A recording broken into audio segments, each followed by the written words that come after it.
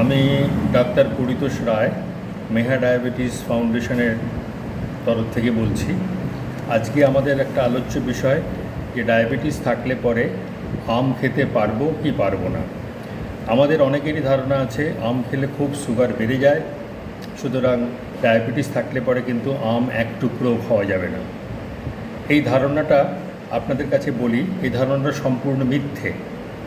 বলি, আমের খুব ভালো খাদ্যগুণ রয়েছে। একটি আমে 150 থেকে 200 ক্যালোরি আমরা পাই, পাকা আম, যেটা একটা পরিমিত সাইজ, ইউজুয়াল সাইজ। এতে কি আছে?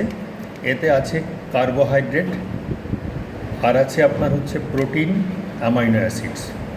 এই কার্বোহাইড্রেট কিছু ফ্যাটও খুব সামান্য পরিমাণে আছে। এই কার্বোহাইড্রেটের মধ্যে মূলত যেটা থাকে সেটা হচ্ছে ফ্রুক্টোজ, সেলুলোজ, পেকটিন এবং কিছু মাত্রায় গ্লুকোজ থাকে। এই ফ্রুক্টোজ যখন আবার ভেঙে যায় শরীরের ভেতরে গিয়ে, তখন আবার গ্লুকোজ এবং সুক্রোজ হতে পারে, হয়।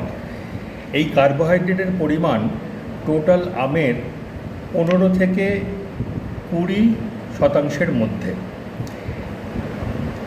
এছাড়াও প্রোটিন ভালো আছে, অ্যামাইনো অ্যাসিড তো প্রচুরই আছে। তার মধ্যে আমি বলি lysine, leucine, cystine, valine, arginine, phenylalanine, methionine.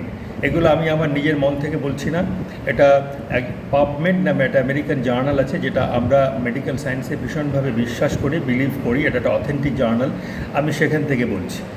আরও একটা যেটা মূল আরেকটা খাদ্যগুণ রয়েছে, সেটা হচ্ছে ওমেগা 3 এবং ওমেগা 6 ফ্যাটি অ্যাসিড। তাহলে দেখা যাচ্ছে যে এই গ্লুকোজের পরিমাণ একটি পাকা আমে খুব কিন্তু বেশি নেই।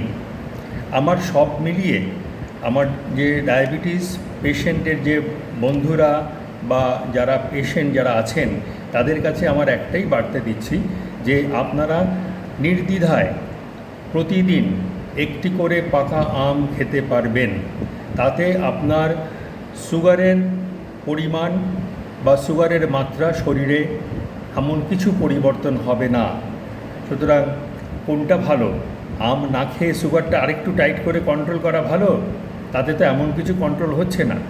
তার বদলে যখন আমরা ডাক্তাররা বলছি যে আপনারা একটা আম খেতে পারেন, একটু খেয়েই দেখুন, এই আমের দিনে আপনারা একটু পাকা আমের স্বাদটা নিন।